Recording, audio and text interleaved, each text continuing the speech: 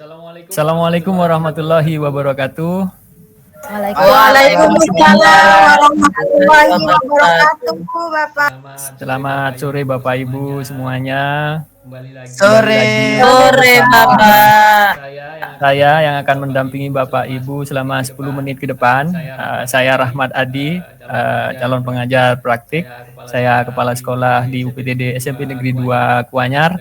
Dan pada kesempatan kali ini kita akan membahas tentang visi untuk lingkungan belajar di kegiatan Lokakarya yang kedua ini. Sebelumnya saya izin untuk membagikan layar.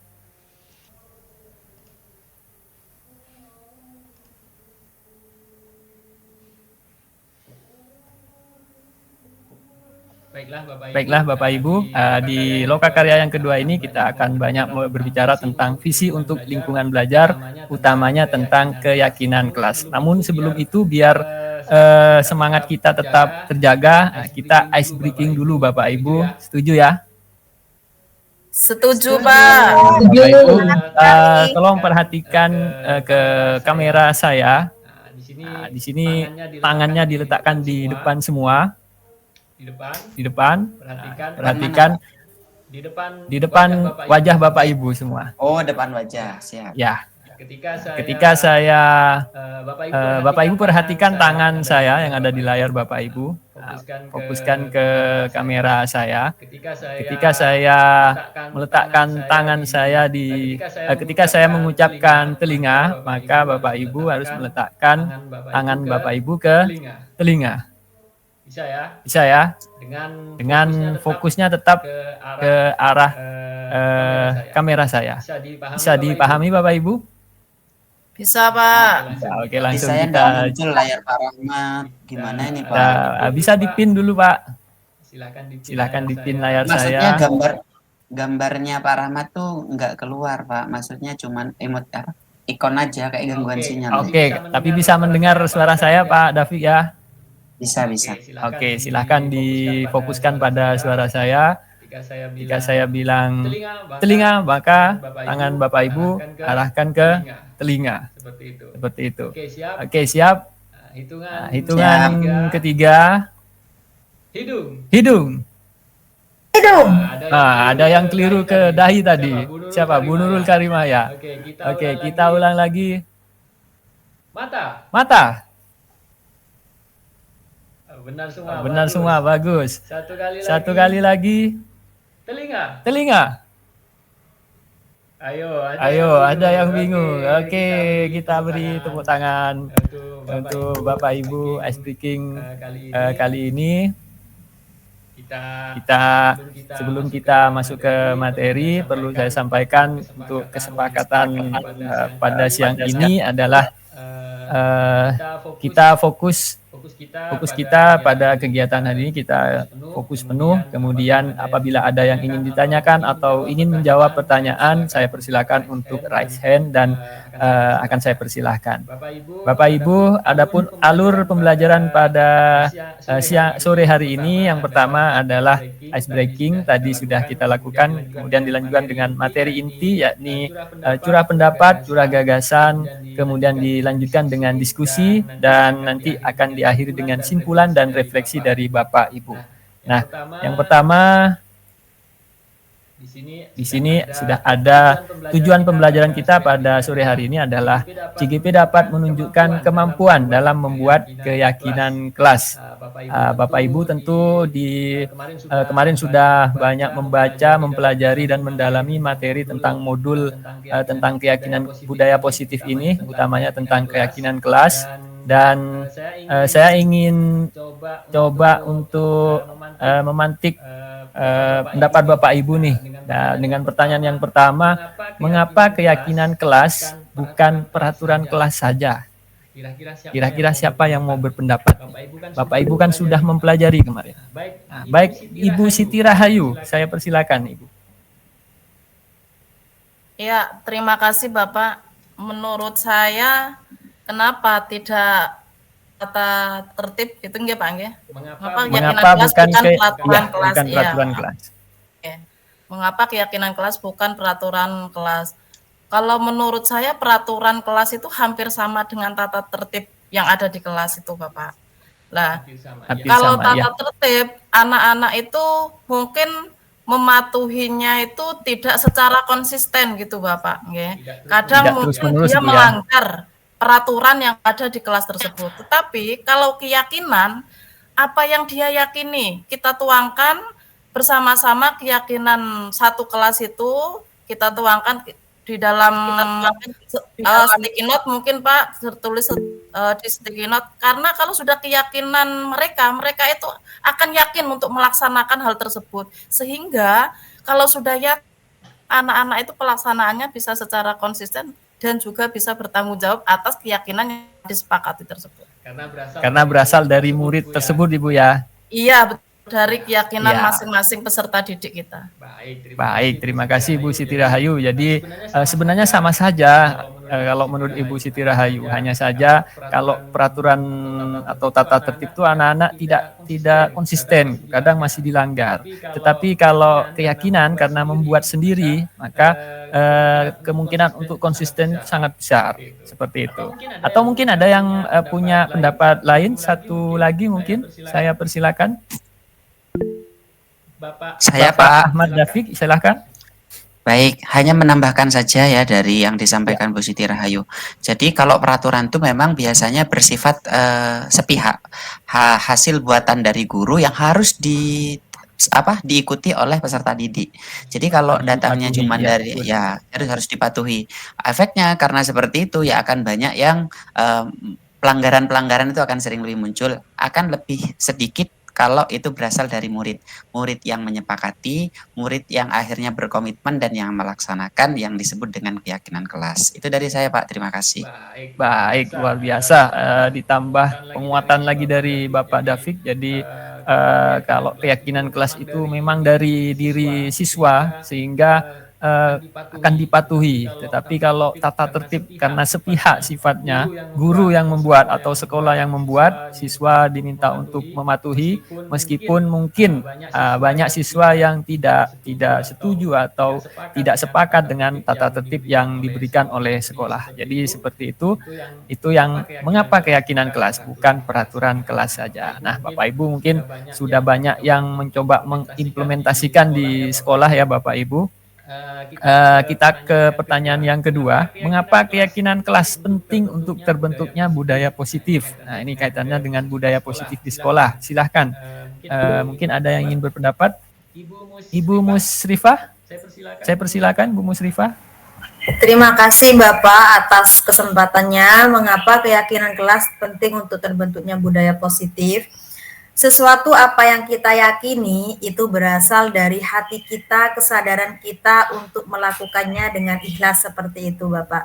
Sehingga kesadaran, keikhlasan, dan keyakinan yang kita lakukan itu membentuk budaya yang positif, membentuk suatu perlakuan atau suatu tindakan perbuatan yang positif seperti itu Bapak. Terima kasih. Jadi apa yang keluar dari diri kita, keyakinan yang kita miliki itu akan membentuk kebiasaan-kebiasaan baik yang akhirnya nanti akan menjadi budaya positif. Begitu menurut Ibu Musrifah ya, luar biasa. Ini satu lagi mungkin Bu Nurul Karimah atau Bu Suaida ini yang belum berpendapat. Saya persilahkan. Ya, Bu Nurul, silakan. Ya baik Bapak, kenapa keyakinan kelas itu penting? Karena menurut saya di dalam keyakinan kelas itu yang kita buat bersama itu pasti ada yang namanya nilai-nilai kebajikan. Nah dari nilai-nilai kebajikan itu muncullah yang namanya budaya positif seperti itu Pak. Ya, nih muncul lagi nih nilai-nilai kebajikan yang membuat atau pada akhirnya akan menjadi budaya positif apabila kita sudah terbiasa melakukannya dan itu sudah melekat dalam diri kita dan juga dari anak-anak kita. Ya, luar biasa Bapak Ibu semuanya. Dua pertanyaan pemantik sudah dijawab dengan sangat baik dan kita akan masuk ke pertanyaan yang ketiga sekarang. Bagaimana mewujudkan keyakinan kelas yang efektif? Nah, untuk menjawab pertanyaan ini, saya sudah menyiapkan papan virtual saya akan bagikan link papan virtualnya ke kolom chat. Nanti Bapak Ibu silahkan untuk dibuka.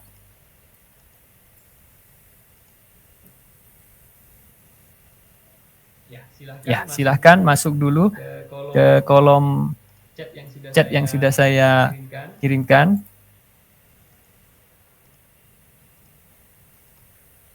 Nah, saya berbagi layar untuk papan virtualnya. Nah, Bapak Ibu sudah muncul ya, sudah tampak ya? Sudah, Pak. Ya, di papan tulis virtual di sini ada contoh peraturan atau tata tertib dan contoh keyakinan kelas. Bapak Ibu silahkan mana yang menurut Bapak Ibu masuk peraturan atau tata tertib atau yang mana yang masuk keyakinan kelas. Silahkan tinggal digeser-geser aja sesuai dengan tempat yang sudah disiapkan.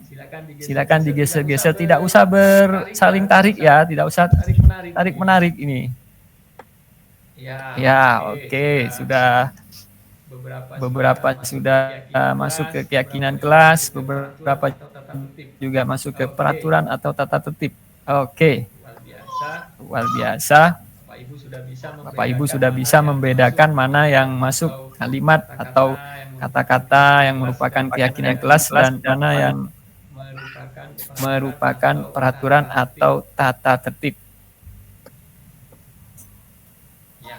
Ya, oke, sudah. Oke, kita lihat sudah tertata dengan baik. Nah, kita fokus ke keyakinan kelas dulu. Di situ ada disiplin, bersih, empati, dan santun. Ya, luar biasa, sudah benar sekali apa yang sudah dilakukan Bapak Ibu. Ada disiplin, bersih, empati, dan santun. Ini keempatnya ini memang masuk keyakinan kelas sesuai dengan ciri-ciri kalimat dalam keyakinan kelas, yakni singkat. Yang sudah Bapak Ibu pelajari kemarin, jadi kalimatnya singkat, tidak usah yang terlalu panjang-panjang sehingga sehingga mudah untuk diingat oleh anak-anak ya. Bahkan mungkin kita bisa buat akronim dari keyakinan kelas kita sehingga makin mudah untuk diingat oleh anak-anak. Misalkan nih, karena di sini disiplin, bersih, empati, santun. Kalau ini saya buat seperti ini, boleh tidak Bapak Ibu? Nah, disiplin, saya taruh ke bawah. Jadinya kalau disingkat, the best ini. Disiplin, bersih, empati, dan santun. The best. Jadi SMP Negeri 2 Kuanyar, the best. Disiplin, bersih, empati, dan santun. Nah, Bapak Ibu, sekarang kita fokus pindah ke peraturan tata tertib. Nah, tadi Ibu Rahayu ya, menyampaikan sebenarnya sama tujuan dari peraturan dan keyakinan kelas ini. Nah, karena kalau kita lihat di sini maknanya hampir sama. Nah, bisakah Bapak Ibu untuk mana yang termasuk disiplin ini dari tata tertib yang ada di sini atau disesuaikan dengan kolomnya di sini? Bisa tidak? Silahkan. Mana yang masuk disiplin, mana yang masuk bersih, mana yang masuk empati, mana yang masuk santun. Silahkan digeser-geser lagi sesuai kolom yang ada di sini. Yang keyakinan kelasnya mungkin tidak usah digeser Bapak Ibu. Nah, yang digeser cukup yang peraturan. Yang disiplin kira-kira yang di sini, 3 di sini apa saja? Ya. Tidak terlambat datang ke sekolah, ya. Masuk disiplin. Tidak berbicara kotor, itu masuk sopan santun.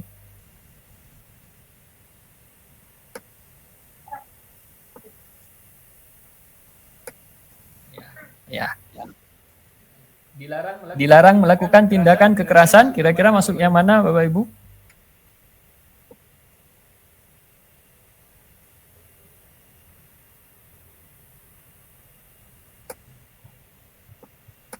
Empati ya Bapak ya. Iya, melakukan tindakan kekerasan, masuk empati. Oke, saya geser ke sini. Ini tidak terlambat, masuk disiplin. Ya.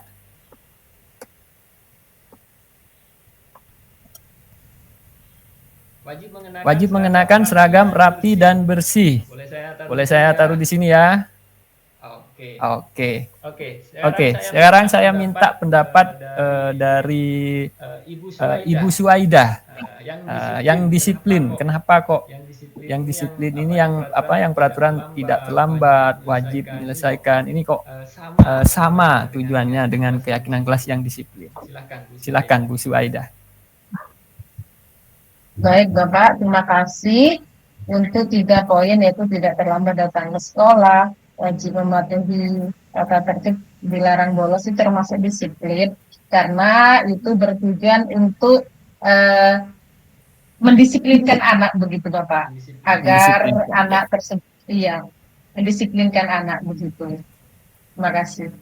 Ya, terima kasih Ibu Suhaida. Jadi di sini dilarang bolos, tidak terlambat datang ke sekolah. Ini sebenarnya sama tujuannya dengan disiplin. Karena semuanya yang ketiga-tiganya ini kalau kita merujuk ke kata sifatnya, semuanya diharapkan bisa menjadi kedisiplinan seperti itu. Nah, kalau yang bersih, kira-kira Ibu Musrifah mungkin ingin berpendapat? Ya Bapak, Ya. di sini bersih ya Pak ya. Iya. Bersih di sini wajib menjaga kebersihan kelas. Itu merupakan keyakinannya memang tentang kebersihan ini wajib mengenakan seragam rapi dan bersih, dilarang membuang sampah sembarangan seperti itu. Di sini memang mencerminkan sebuah identitas diri tentang apa definisi dari bersih seperti itu Pak. Tapi di sini di peraturan ini dalam keyakinan itu kita tidak memperbolehkan kata-kata yang negatif seperti itu Bapak. Luar biasa, sudah ada kata kunci, tidak boleh menggunakan kata-kata yang negatif. Memang kalau kita lihat di sini kalimat dalam peraturan atau tata tertib ini semuanya negatif semua ya, tidak boleh, kemudian dilarang gitu. Nah, sehingga bisa diganti dengan kata-kata yang lebih simpel, yang mungkin lebih bermakna dan lebih mudah diingat, karena sama semuanya menunjukkan identitas tadi kata Ibu Musrifah. Nah, identitas bersih itu ya dilarang membuang sampah, termasuk semuanya. Jadi tidak perlu dihafalkan semua banyak tata tertib, apalagi mungkin masih ada di sekolah Bapak Ibu yang menerapkan sistem poin ya, kalau melanggar 1 dapat poin 5, kemudian ditambah poin lagi kalau melanggar, sampai akhirnya kalau sudah full poinnya baru diistirahatkan di rumah ya Bapak Ibu. Apa masih ada yang seperti itu? Mudah-mudahan tidak ada Bapak Ibu. Enggak ada, sudah Pak. Alhamdulillah. Nah, Bapak Ibu, dari apa yang sudah kita lakukan di papan tulis virtual ini tadi, seperti yang disampaikan Ibu Musrifah, kita untuk peraturan tata tertib ini kenapa kok harus berubah menjadi keyakinan kelas, salah satunya adalah karena tidak perlu lagi menggunakan kalimat-kalimat yang negatif, karena kita sedang membangun budaya positif. Yang kedua adalah untuk memudahkan, karena keyakinan kelas ini berasal dari siswa sendiri dan disepakati oleh siswa, bukan sepihak lagi, kata Pak David ya tadi yang mengatakan. Jadi tidak sepihak. Kalau sepihak pasti ada beberapa yang tidak setuju. Nah, itulah kenapa kita menggunakan keyakinan kelas, bukan peraturan atau tata tertib. Baik, Bapak Ibu, terima kasih untuk kegiatan hari ini terkait dengan keyakinan kelas ini. Sebelum saya menutup kegiatan pada sore hari ini, saya ingin memeriksa bagaimana, saya ingin merefleksikan sedikit. Saya ingin minta pendapat dari Ibu Rahayu mungkin. Setelah kita mencoba mengutak-atik mana yang keyakinan kelas, mana yang peraturan kelas, apa bedanya, sudah kita udah semua. Bagaimana perasaan Ibu Siti Rahayu tentang keyakinan kelas ini? Silakan Ibu Siti Rahayu. Iya Bapak, terima kasih kesempatannya. Perasaan saya tuh sangat senang Bapak, di mana saya bisa bertukar pikiran dengan Bapak Ibu semuanya. Selanjutnya saya bisa memahami apa yang termasuk tata tertib atau peraturan kelas dan apa yang dimaksud keyakinan kelas. Jadi bisa membedakan, memilah-milah mana keyakinan kelas, mana tata tertib. Perbedaannya kalau menurut saya itu lebih cenderung lebih setuju ke keyakinan kelas itu Bapak. Karena di situ kan keyakinan dari anak didik kita, kembali lagi yang melaksanakan anak didik kita, semuanya itu untuk melatih siswa kita lebih baik dan lebih bertanggung jawab seperti itu Bapak. Terima kasih Ibu Siti Rahayu. Bapak Ibu semua juga boleh memberikan penguatan, menyampaikan perasaannya dengan mengklik emoticon yang ada di layar Bapak Ibu. Silahkan. Terima kasih Ibu Siti Rahayu tadi sudah sekaligus menjadi simpulan terakhir ya, bahwa memang keyakinan kelas itu lebih efektif diterapkan untuk menciptakan budaya yang positif. Nah, yang tadi karena berasal dari siswa sendiri dan disepakati oleh siswa sendiri. Baik Bapak Ibu, terima kasih karena sudah waktu kita terbatas, dan akhirnya saya ucapkan terima kasih. Saya mohon maaf apabila ada salah kata. Wabillahi taufiq wal hidayah. Wassalamualaikum warahmatullahi wabarakatuh. Waalaikumsalam warahmatullahi wabarakatuh. Waalaikumsalam warahmatullahi wabarakatuh.